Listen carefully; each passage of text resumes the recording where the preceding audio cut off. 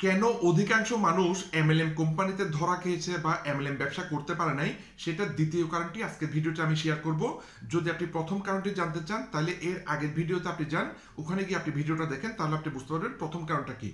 দ্বিতীয় কারণটা হচ্ছে কেন অধিকাংশ মানুষ এমএলএম ব্যবসায় ফেল করে বা কেন পারে না, সেটা হচ্ছে মানে উনি সঠিক একজন স্পন্সর বা সঠিক একজন আপলাইনের সাথে আসলে উনি জয়েন করে না। ঠিক আছে, আপনি একটা জিনিস চিন্তা করে দেখেন, এমএলএম ব্যবসা তো বাংলাদেশে এত প্রফেশনাল না যে আমরা বুঝে শুনে গিয়ে সঠিক কোম্পানিতে বা সঠিক মানুষের সাথে জয়েন করব, এরকম তো বাংলাদেশে এখনো সেই পরিবেশ হয় নাই। তো আমরা বাংলাদেশে কি ধরনের পরিবেশ, কোনো কোনো আত্মীয় স্বজন বা কোনো আপনার পরিচিত একজন বা খুব কাছের একজন আপনাকে একটা কোম্পানির প্রোগ্রামে নিয়ে যায়, আপনি কোম্পানির প্রোগ্রামটা দেখেন, প্রোগ্রামটা খুবই সুন্দর থাকে, লাক্সারিয়াস থাকে, প্রোগ্রামটা দেখে আপনার ভালো লাগে, আপনি সেখানে জয়েন করে ফেলেন। ঠিক আছে, কিন্তু আপনি একটা জিনিস চিন্তা করে দেখেন, কোম্পানি যত ভালো হবে হোক না কেন, আপনি যার সাথে জয়েন করছেন উনি যদি ব্যবসাটা প্রফেশনালি না করে, উনি যদি মানে ব্যবসাটা না বুঝে এবং উনি যদি দক্ষ না থাকে বা উনি যদি এই কাজটা না পারে, তাহলে কি উনি আপনাকে গাইড করতে পারবে? আপনি একটা জিনিস চিন্তা করে দেখেন, আপনি এমন একটা পথে নামছেন মানে যেখানে আপনার সামনে কোনো বাতি নাই, মানে অন্ধকার পুরোটা, তাহলে আপনি কতটুকু যেতে পারবেন?